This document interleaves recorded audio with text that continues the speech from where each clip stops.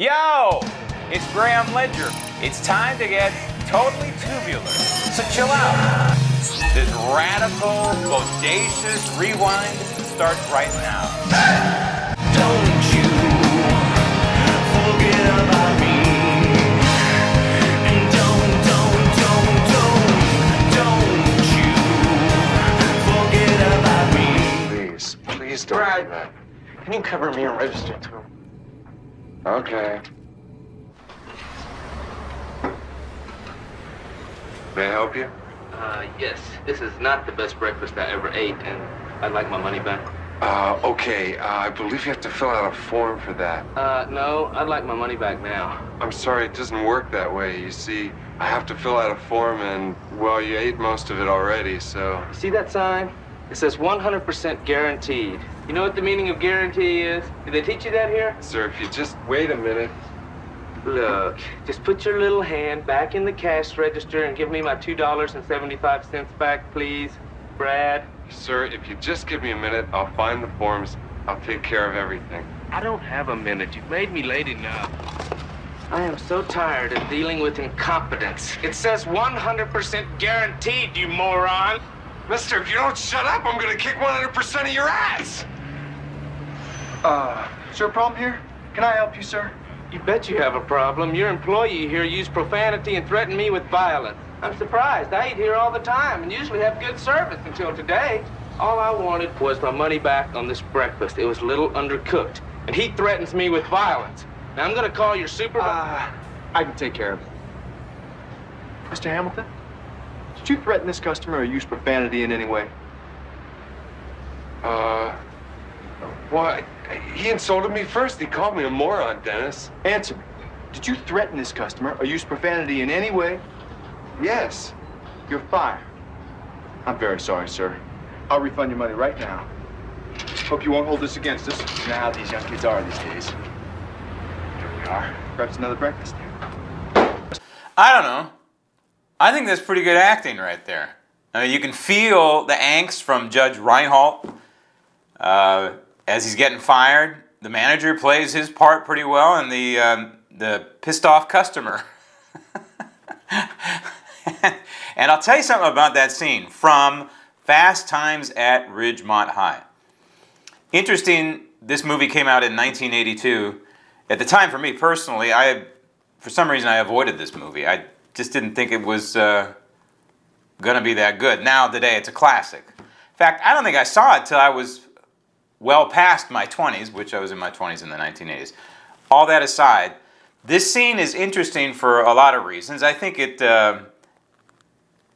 is almost a sideshow within the story about Fast Times at Ridgemont High, which is designed to be a comedy, not unlike American Graffiti, which is supposed to be a timeless look at a moment in time. And it is, today. It takes you back pretty much to 1982. And 1982 didn't really feel like the 1980s per se, the prototypical 1980s.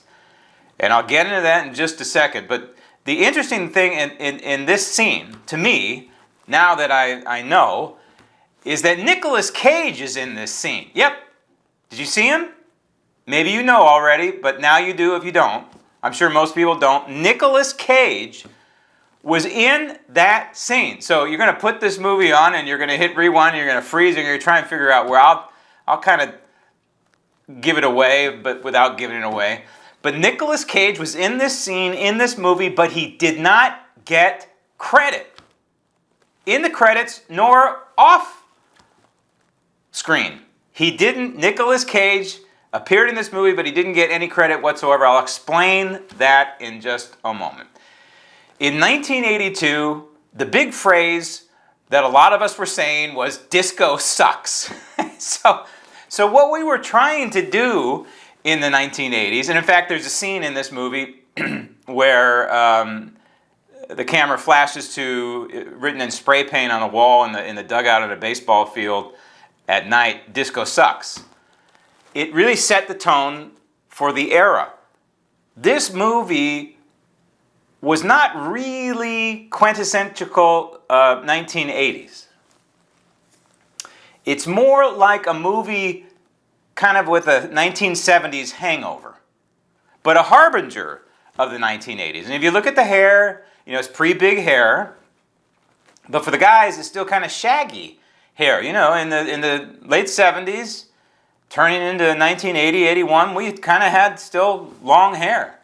Way, way, way before a mullet hair. Not that kind of long hair, but it was just kind of shaggy, raggy hair. And I look back at my high school graduation picture, I had long hair. You know, it was down past my collar, and it was just, you know, more fuller. Because that's what guys were wearing. And in this movie, that's pretty much what we see. Judge Reinhold, I think, has kind of curly hair, so it's kind of hard to see. But this movie smacks of the 1970s, really. Less about the 80s and more about the 1970s, but it's a transitional film, in my mind. We are transitioning from that 1970s hangover into the early 1980s, and then by 84, the 1980s had definitely struck its own mint at that point and become its own entity and its own being with its own identity. The mood of the movie and the theme of the movie is part of the reason why, and the music, is why I say it's hung over and stuck in the 70s, and I'll get to the music in just a moment. But there are a whole bunch of classic holdovers from the 70s in this movie. For example, a lot of this movie is shot in the mall. And in the 70s and into the 80s, yes. You know, we used to love to go to the mall. The mall was the meeting place. The mall had the record store. The mall had, records back then. The mall had the movie theater. The mall had the food court like it has today. But it had much more character, more individual character. You could go to the record store. You could spend hours in there figuring out, you know, what album you're going to buy. You're going to buy Boston. You're going to buy the Cars' latest album, and then you look at it, and it's all wrapped in cellophane, of course, but you could see the either side of it. And many of these albums opened up in the inside, and that was half the fun. Today, you know, when you download a song from iTunes, do you get that same feeling?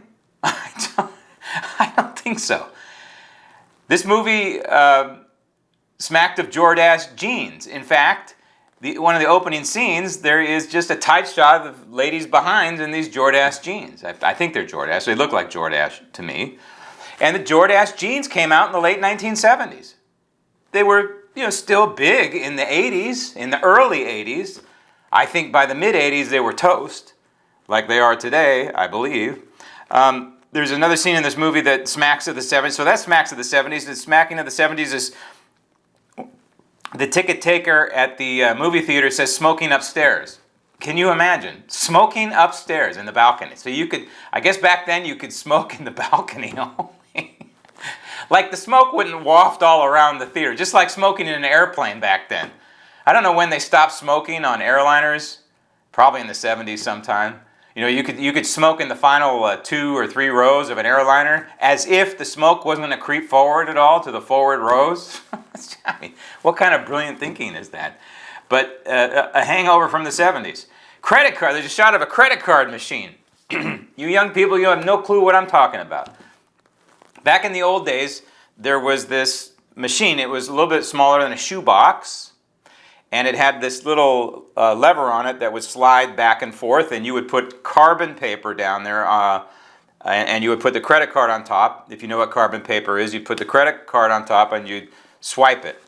That was pre-terminals, pre-electronic payments. That's what we did. So you ran the credit card. Could be by the way, it could be a stolen credit card. It was very hard to stop fraud back then because it wasn't instantaneous. So you have this credit card, it would run the thing, and then you would pull the thing out. It had multiple layers of the carbon copy, and then you would sign the thing.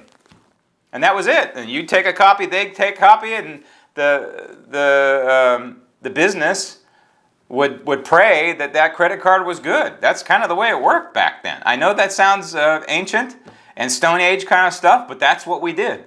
And then there's a scene in the movie where in school, and that's what this movie is all about, is about school, and in a particular school, Ridgemont High, and I'll get into that in just a second. But there's a scene in there where the teacher hands out a test to everybody, and it's fresh off the mimeograph machine. What's a mimeograph machine? It's how we copied things back then. I don't even know how a mimeograph machine worked. It wasn't a copier. It wasn't something you put in there. We had those things, and you hit a button and they would photocopy. A mimeograph machine copied in a different manner, and when you would take the paper out, it would emit a very distinct odor. It was almost I don't know, almost like a minty odor. It wasn't a bad odor. It was a pleasant odor.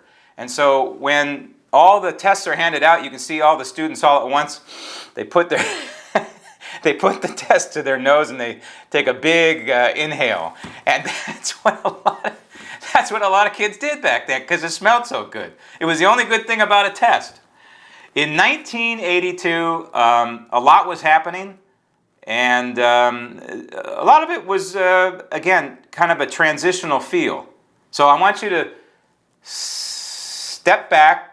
Close your eyes, do whatever you want, and go with me to 1982.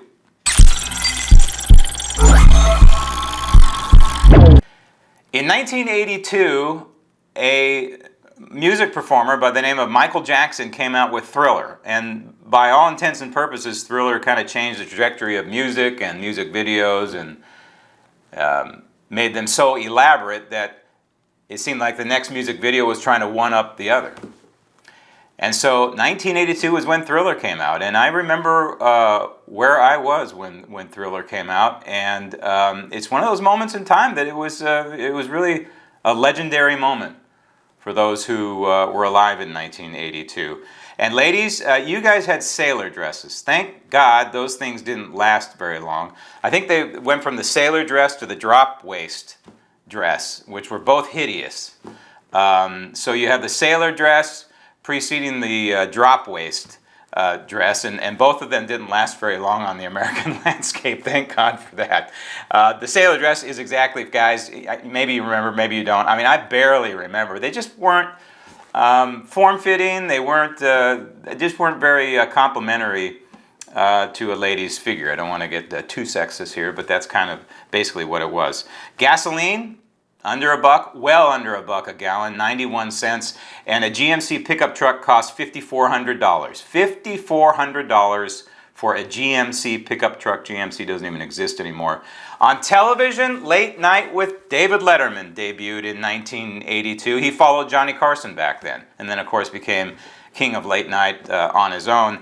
And at the box office, we were going to see E.T. E.T. Extraterrestrial came out in 1982, along with this movie, Fast Times at Ridgemont High. And there are some great lines in this movie. There were some good ones in that scene I just showed you.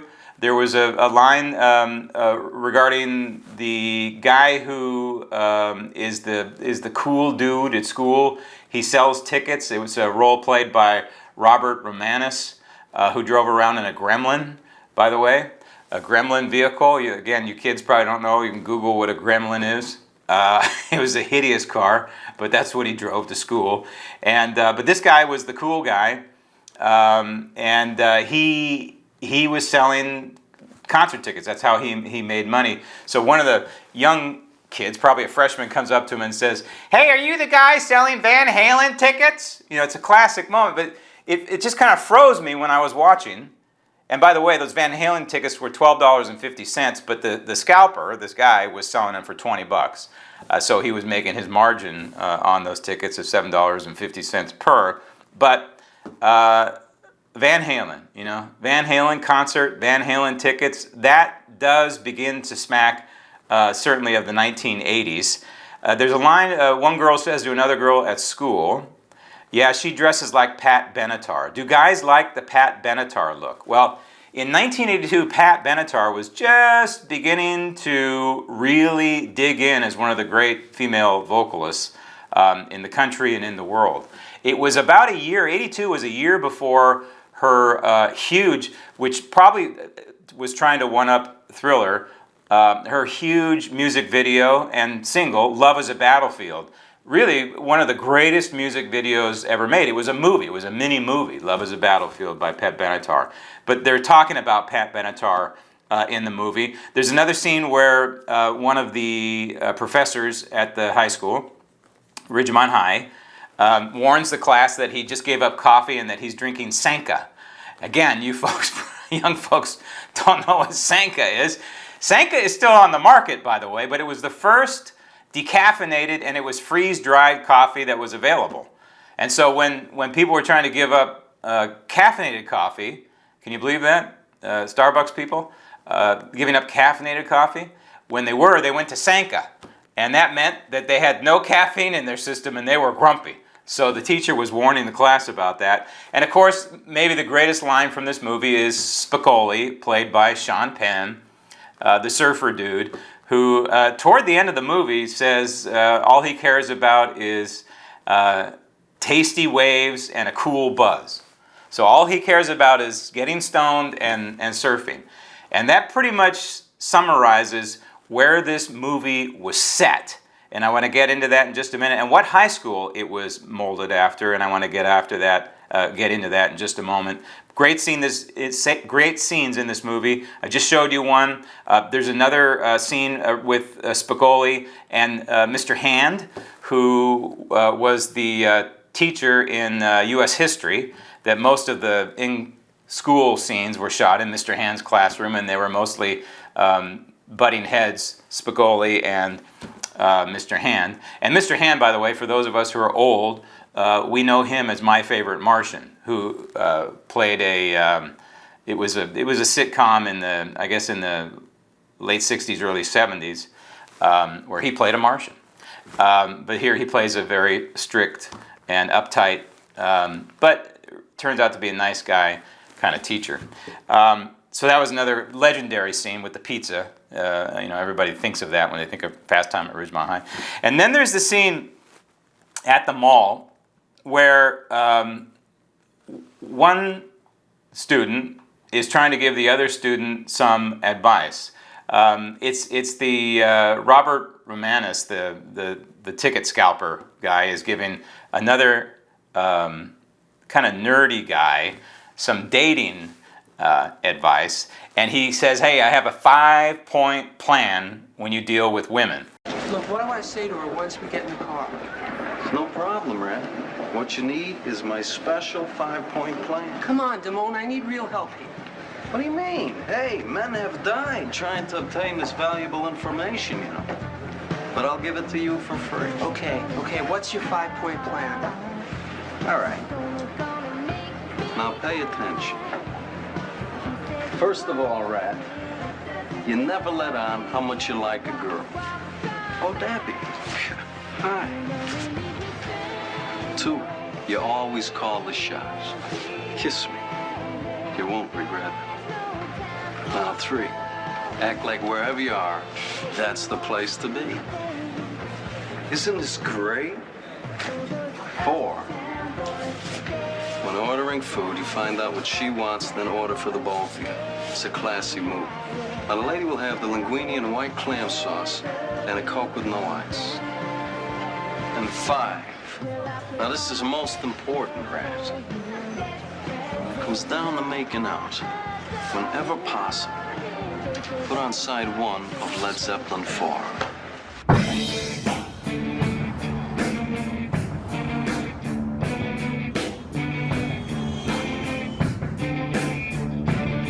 Great cut, as we say, that in post-production, where he says, put on side 1 of Led Zeppelin 4, bam, we see Kashmir, or we hear Kashmir, and we see them on the date. Perfect edit.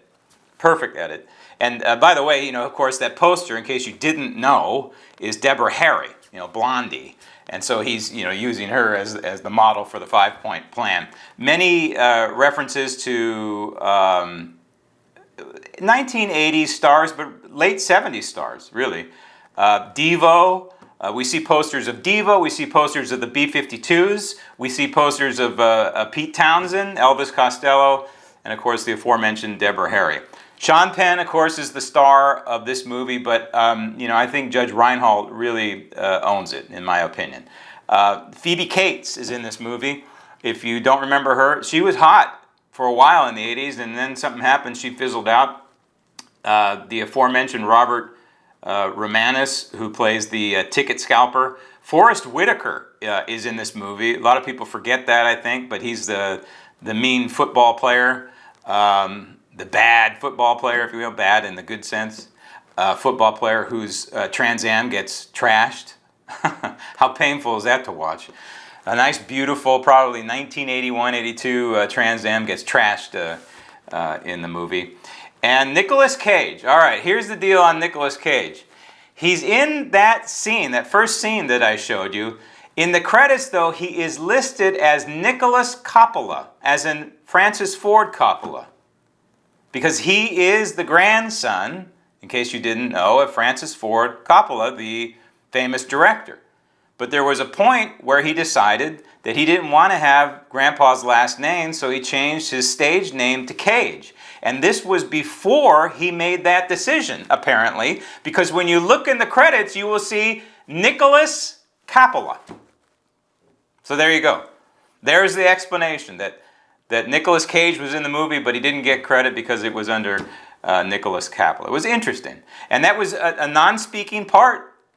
All he was doing was making something behind the counter there, and looked up and looked down, and that's about it. That was his big, I don't know if that was his debut in movies, but it was certainly one of the first times that he was splashed across the silver screen. But if you blink, you will miss him in this movie. The music is scatterbrain. That's why I say this movie to me is a bit of a 70s hangover. Yeah, there's some 1982. There's a 1982 song in there, but there isn't much. Jackson Browne's Somebody's Baby is prominently played, I think repeatedly in this movie, and that was released in 1982. The Go-Go's We Got the Beat, smash hit song, released in 1981. So you have some 1980s feel. There's a Stevie Nicks song in there that I believe that was released in 1980 or 81, but prominent in one of the scenes is the Cars moving in stereo. And that song was released in 1978. So here you have the producers and the directors coming together and the editors, and yeah, they're fusing in 80s music, but they are going pretty deep back into the 70s. American Girl by Tom Petty and the Heartbreakers was released in 1976, and that's in this movie. And Kashmir, the aforementioned song that you just heard right there, from Led Zeppelin 4, was released in 1975.